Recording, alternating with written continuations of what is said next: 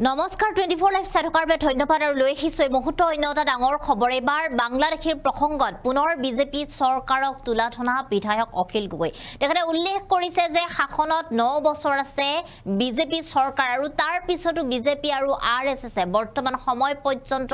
প্ৰকৃত বাংলাদেশিক চিনাক্ত কৰি উলিয়াব নোৱাৰিলে আৰু সেই বাংলাদেশী সকলক ৰাজ্যৰ পৰা দেশৰ পৰা বহিষ্কাৰ কৰিব নোৱাৰিলে 2014 চনতে উল্লেখ কৰিছিল দেশৰ প্ৰধানমন্ত্ৰী নৰেন্দ্ৰ মোদীয়ে যে অসমৰ পৰা দেশৰ পৰা বাংলাদেশী বহিষ্কাৰ কৰিব যি 1 কোটি বাংলাদেশী থকাৰ কথা উল্লেখ কৰিছিল সেই সময়ত প্ৰধানমন্ত্ৰীয়ে তাৰ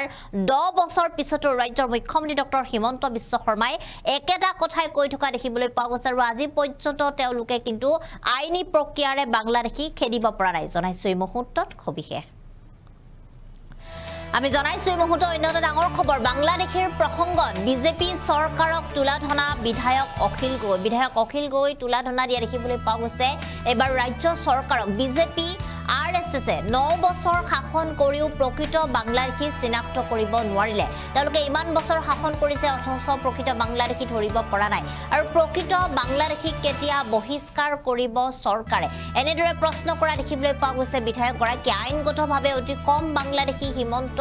চৰকাৰৰ দিনত চিনাক্ত হৈছে অতি কম বাংলাদেশী চিনাক্ত হৈছে হিমন্ত বিশ্ব শৰ্মাৰ দিনত 2014 চনত অসমত আছিল 1 কোটি বাংলাদেশী সেই সময়তে সেই তথ্য উল্লেখ কৰা হৈছিল আৰু ইয়াৰ পিছত কিন্তু 10 বছৰৰ পিছতো অসমত 1 কোটি বাংলাদেশী থকাৰ কথাই উল্লেখ কৰিছে মুখ্যমন্ত্ৰী গৰাকীয়ে আৰু সেই বাংলাদেশী লোকসকলক কিয় আজিলৈকে খেদিব নোৱাৰিলে আৰু বিদেশী খেদিবলৈ এনআৰচিৰ ব্যৱস্থা ভালদৰে গ্ৰহণ নকৰাৰ বিৰুদ্ধে অখিল গগৈ বিস্ফোৰণ দেখিবলৈ পোৱা গৈছে আৰএছএছ আৰু বিজেপিক এবাৰ আক্ৰমণ কৰা দেখিবলৈ পোৱা গৈছে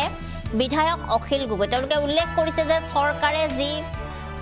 বাংলাদেশী খেদা অভিযান বা বাংলাদেশী খেদাৰ যি কথা উল্লেখ কৰে খেয়া তেওঁলোকে কিন্তু আসলতে কৰিব পৰা নাই এনআৰচিৰ ব্যৱস্থা তেওঁলোকে ভালদৰে গ্ৰহণ কৰিব পৰা নাই 16 মেতে অসমৰ পৰা সকলো বাংলাদেশী খেদি দিম বুলি 2014 চনত উল্লেখ কৰিছিল দেশৰ প্ৰধানমন্ত্ৰী নৰেন্দ্ৰ মোদীয়ে সেই 16 মে কেতিয়া আহিব অসমলৈ বা ৰাজ্যলৈ সেই 16 মেটো কেতিয়া আহিব সেই দিনটো যেতিয়া অসমৰ পৰা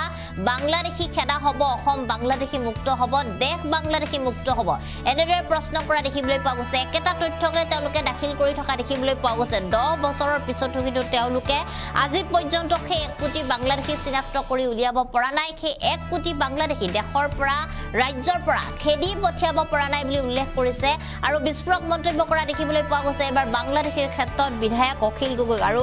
তেওঁ উল্লেখ কৰিছে যে বিজেপি চৰকাৰৰ দিনতে আটাইতকৈ কম বাংলাদেশী চিনাক্ত হৈছে যি সকলক আইনী প্ৰক্ৰিয়াৰে খেদি পঠিয়াবৰ বাবেও বিজেপি চৰকাৰ ব্যৰ্থ হৈছে এনেদৰে তুলাধনা দিয়া দেখিবলৈ পোৱা গৈছে ৰাজ্য চৰকাৰক অখিল গগৈ তৰফৰ পৰা এই মুহূৰ্তত বিধায়ক গৰাকীৰ কিছু মন্তব্য আছে সেই মন্তব্য আমি আপোনালোকক শুনাইছো খন কৰিলে এজনো বিদেশী নেখেদিলে আৰএছএছ আৰু বিজেপিয়ে 9 বছৰ শাসনকালত আপোনালোকে যদি চাই তেতিয়াহ'লে আটাইতকৈ কম বিদেশী আইনগতভাৱে অসমৰ পৰা বহিষ্কাৰ কৰিছে অথচ ভাৰতবৰ্ষৰ প্ৰধানমন্ত্ৰীয়ে কৈ গৈছিলে 2014 চনতে কৈছিলে যে 2014 চনৰ 16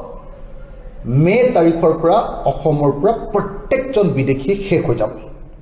তেওঁলোকক তালি টোপোলালৈ খেদি দিয়া হ'ব কিন্তু তাৰ 10 বছৰৰ পাছত আজি অসমৰ মুখ্যমন্ত্ৰীয়ে কৈছে যে অসমত 1 কোটি বিদেশী আছে যদি 1 কোটি বিদেশী আছে তোমালোকে কি কৰি আছা তোমালোকে সেই বিদেশী কিয় এতিয়ালৈকে বহিষ্কাৰ কৰিবৰ কাৰণে ব্যৱস্থা গ্ৰহণ কৰা নাই সেই বিদেশী চিনাক্তকৰণ কৰিবৰ কাৰণে তোমালোকে কিয় এনআৰচিখন সম্পূৰ্ণ কৰা নাই আৰু সেই বিদেশী ইয়াৰ পৰা পঠিয়াই দিবৰ কাৰণে যি দেশৰ পৰা বিদেশী আহিছে তেওঁলোকৰ লগত কিয় প্ৰত্যৰ্পণ চুক্তি সাধন কৰি লিগেলি বিদেশীবিলাকক আমাৰ দেশৰ পৰা পঠিওৱাৰ ব্যৱস্থা কিয় কৰা নাই যে সময়ত আমি দেখিছোঁ যে আমেৰিকাই তেওঁলোকৰ অবৈধ প্ৰব্ৰজনকাৰী হাত কেৰেয়া লগাই আমাৰ ভাৰতৰ মানুহক যি ধৰণে ইয়ালৈ প্ৰত্যাৱৰ্তন কৰিছে ইয়ালৈ খেদি দিছে হাত ভৰি বান্ধি এৰোপ্লেনত উঠাই ভাৰতবৰ্ষত থৈ গৈছে সেই সময়ত আমি অসমৰ পৰা এজনো বিদেশীক চিনাক্তকৰণ কৰি তেওঁলোকক বহিষ্কাৰ কৰা আমি নেদেখিলোঁ কিন্তু বিদেশীক লৈ প্ৰত্যেকবাৰে নিৰ্বাচনৰ সময়ত বিজেপি দলক আমি ৰাজনীতি কৰা দেখিবলৈ পালোঁ আজি অসমৰ মুখ্যমন্ত্ৰীয়ে কৈছে যে অসমত 1 কোটি বিদেশী আছে যদি 1 কোটি বিদেশী আছে সেই 1 কোটি বিদেশী খেদুৱাৰ দায়িত্ব কাৰ আৰু সেই 1 কোটি বিদেশীত হিন্দু মুছলমান খ্ৰীষ্টান সকলো আছে নে সেই বিদেশীবিলাক কেৱল মুছলমান ধৰ্ম আৰু মুছলমান বুলি তেওঁলোকক বিশেষভাৱে আক্ৰমণ কৰি এটা সাম্প্ৰদায়িক বাতাবৰণ সৃষ্টি কৰিব খোজা হোৱা নাই নে আজি উচ্ছেদটো সম্পূৰ্ণৰূপে এটা সাম্প্ৰদায়িক ৰাজনৈতিক অস্ত্ৰ হিচাপে ব্যৱহাৰ কৰি 2026 চনৰ নিৰ্বাচনী বৈতৰণি তেওঁলোকে পাৰ হ'ব গৈছে আপোনালোকে নিজেই দেখিছে যে উচ্ছেদ তেওঁলোকে কৰিলে উৰিয়াম ঘাটত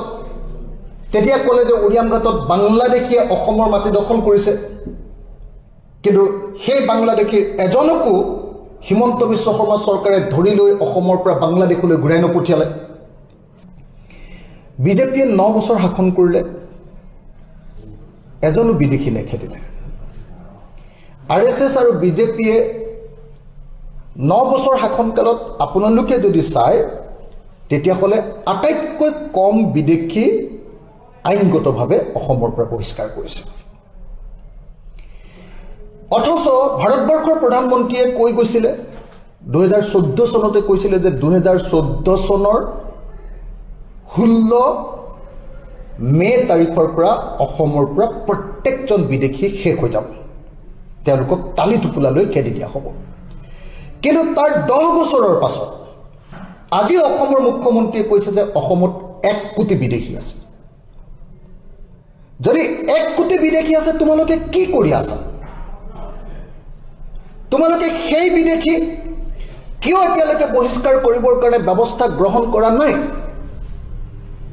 সেই বিদেশী চিনাক্তকৰণ কৰিবৰ কাৰণে তোমালোকে কিয় এনআৰচিখন সম্পূৰ্ণ কৰা নাই আৰু সেই বিদেশী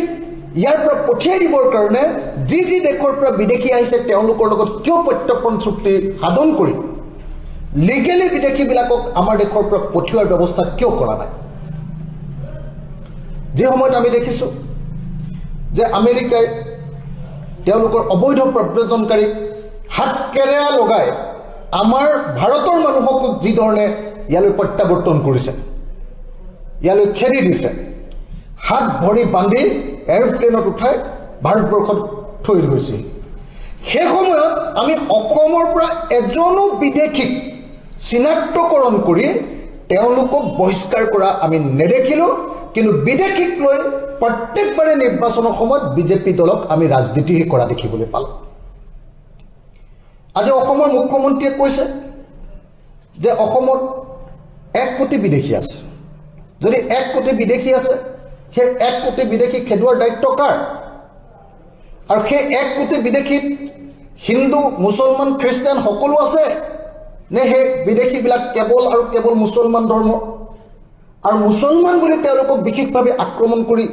এটা সাম্প্ৰদায়িক বাতাবৰণ সৃষ্টি কৰিব খোজা হোৱা নাই নে আজি উচ্ছেদটো সম্পূৰ্ণৰূপে এটা সাম্প্ৰদায়িক ৰাজনৈতিক অস্ত্ৰ হিচাপে ব্যৱহাৰ কৰি 2026 চনৰ নিৰ্বাচনী বৈতৰণি তেওঁলোকে পাৰ হ'ব গৈছে আপোনালোকে নিজেই দেখিছে যে উচ্ছেদ তেওঁলোকে কৰিলে উৰিয়াম ঘাটত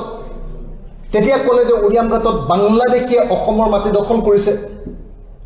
কিন্তু সেই বাংলাদেশীৰ এজনকো হিমন্ত বিশ্ব শৰ্মা চৰকাৰে ধৰি লৈ অসমৰ পৰা বাংলাদেশলৈ ঘূৰাই নপঠিয়ালে